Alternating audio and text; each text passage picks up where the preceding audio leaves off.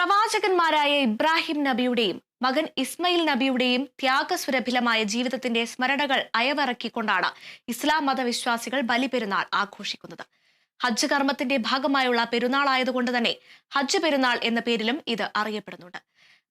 ബലിപെരുന്നാളിനെ കുറിച്ച് Kerala vision news Kozhikode bureau chief Riyas KMR തയ്യാറാക്കിയ വാർത്ത കാണാം.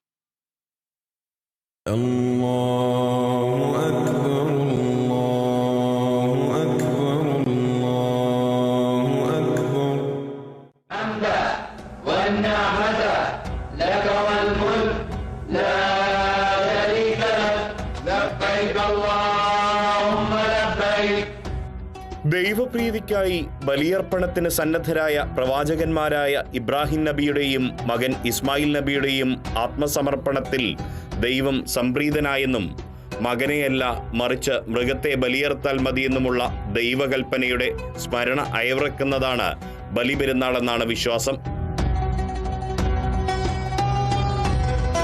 അതുകൊണ്ട് തന്നെ ബലിപെരുന്നാൾ ദിനത്തിൽ വിശ്വാസികൾ ഉളുഹിയ്യത്ത് അറുക്കൽ കർമ്മം നടത്താറുണ്ട്. വിശുദ്ധ ഹജ്ജിന്റെ മാസത്തിൽ അറഫ സംഗമത്തിന് പിന്നാലെ ദുൽഹജ്ജ് 10-നാണ് ബലിപെരുന്നാൾ വരുന്നത്.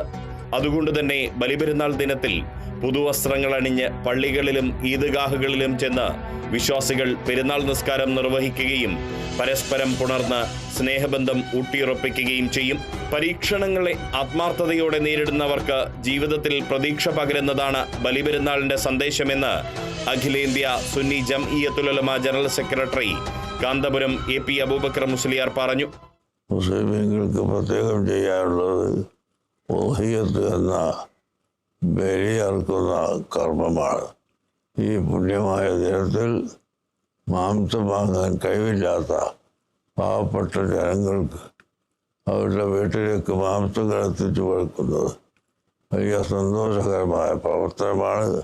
അതുവഴി അവരുടെ പ്രാർത്ഥനയും സ്നേഹവും ഉണ്ടാകുമെന്നത് തീർച്ചയായും ആണ്. എല്ലാവിധ പെരുന്നാൾ ആശംസകളും അറിയിക്കുന്നു.